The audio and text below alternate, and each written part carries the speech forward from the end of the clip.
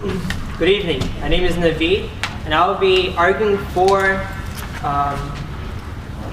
the motion that principals should have the right to punish cyberbullying or any type of electronic communication to harass another person done by another student, typically by sending messages either via text, via Facebook, via Twitter, any type of social media. And the text itself is of an intimidating and threatening nature.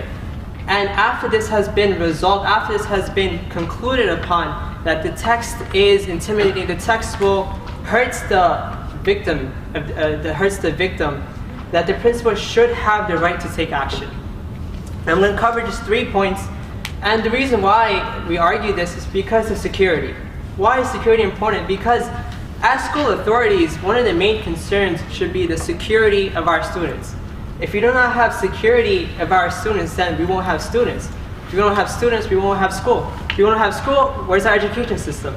So security is the essential root of our whole entire education system. Without it, nothing will run properly. So number one, cyberbullying is a means of harm. So what was our principle? Security, right? So anything that goes against security, we have to fight. We have to tackle somehow, some way, in any innovative way that we can think of. So cyberbullying is a means of harm. It affects security. So because of that, it is something that the principal should have the right to tackle, should have the right to be able to address. Secondly, punishment. Unfortunately, when we hear the word punishment, we think of hitting or slapping or jail or whatever. But punishment, in our perspective, we're not advocating to arrest a student or to violently hit a student or abuse a student. Punishment can simply mean peer mediation. Sit two students down in a peer mediation environment and ask them to talk, ask them to have a healthy dialect, ask them to say, what is the root of the problem? Why are you sending these threat messages to this other person? Why is person A abusing person B?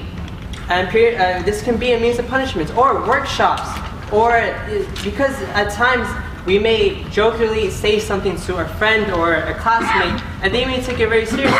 For example, this may sound extremely silly, but this really may happen. Well, it might not happen, but the concept itself may happen. If I say, I hate pudding, and the guy sitting right next to me loves pudding, and he finds that extremely offensive. I don't even know that he finds it offensive, right? And he reports it to the principal. I, as the abuser, would say that the principal has the right to basically notify me and to talk to me and to give me some kind of peer mediation and tell me, do not say you hate pudding. Especially if the school has international students or students who are not local to that area and that culture where the university, where the school is located.